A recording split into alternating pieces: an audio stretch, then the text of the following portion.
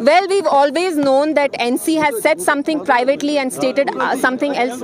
आप प्लीज हमें पता है एनसी का कैसा ट्रैक रिकॉर्ड रहा है। जम्मू कश्मीर की हिस्ट्री में जम्मू कश्मीर के लोगों के साथ जब भी कोई धोखा हुआ है, बिट्रेयल हुई है, ह्यूमिलिएशन हुआ है, तो एनसी ने उसको वाइट वॉश किया है, उस पर पर्दा लगाया है और उसको नॉर्मलाइज किया है। जहां तक दुल्लत साहब का सवाल है, हम सब जानते हैं कि Dullat sahab is extremely close to the Abdullahs. वो उनके एक फैमिली मेंबर जैसे हैं। तभी जब जम्मू कश्मीर में हाल ही में सरकार बनी तो स्वेरिंग इन में वो यहाँ आए। वो बहुत क्लोज हैं एनसी की लीडरशिप के साथ। और जो उनने बोला बिल्कुल सही है।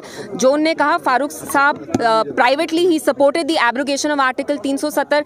तभी वो पार्लियामेंट में नहीं गए क्योंकि उनको पता था एज एमपी अगर वो पार्लियामेंट में जाएंगे तो कहीं ना कहीं उनको 370 के बारे में बात करनी पड़ेगी, and he did not want to talk about it. तो हम देख रहे हैं कैसे आज भी NC is toeing BJP line. BJP यहाँ स्टेटहुड के बारे में बात करती है, 370 के बारे में बात नहीं करती। एनसी भी वही कर रही है। बीजेपी के एमएलए ने भी वक्फ के अगेंस्ट बात नहीं की। एनसी के एमएलए छोड़िए, चीफ मिनिस्टर साहब तक ने रेजोल्यूशन नहीं लाई असेंबली में। सो वी ऑल नो कि बीजेपी के हाथ में एनसी अभी एक कठपुतली की तरह है। जो बीजेपी उनको बोल रहा है एनसी वही कर रही है। हमने देखा जब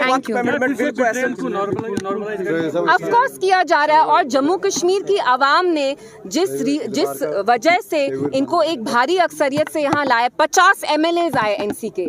इतना बड़ा मैंडेट आपको किस लिए लोगों ने दिया? ताकि आप यहाँ 370 को दफन करें, हमारे स्पेशल स्टेटस को दफन करें। और अब कश्मीरी मुस्लिम्स को तो इनने छोड़ दिया ही है, उनका साथ तो ये दे ही नहीं रहे। लेकिन जो अब मुल्क के जो बाकी मुसलमान हैं, आप देख रहे हैं वक्फ पे कैसे जो हमारे दरगाह हैं, मॉस्क हैं, कब्रिस्तान है, उस पर तक बीजेपी अब कब्जा करना चाहती है। उस पे भी एनसी ने चुप्पी साधी है।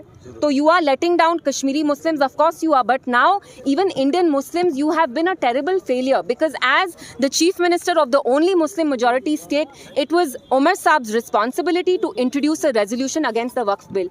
उन 3 दिनों ने क्या किया? असेंबली जानबूझ के नहीं आए और ट्यूलिप गार्डन में वो रिजू जी जिस मिनिस्टर ने इस बिल को लाया उनके साथ वो दिखे।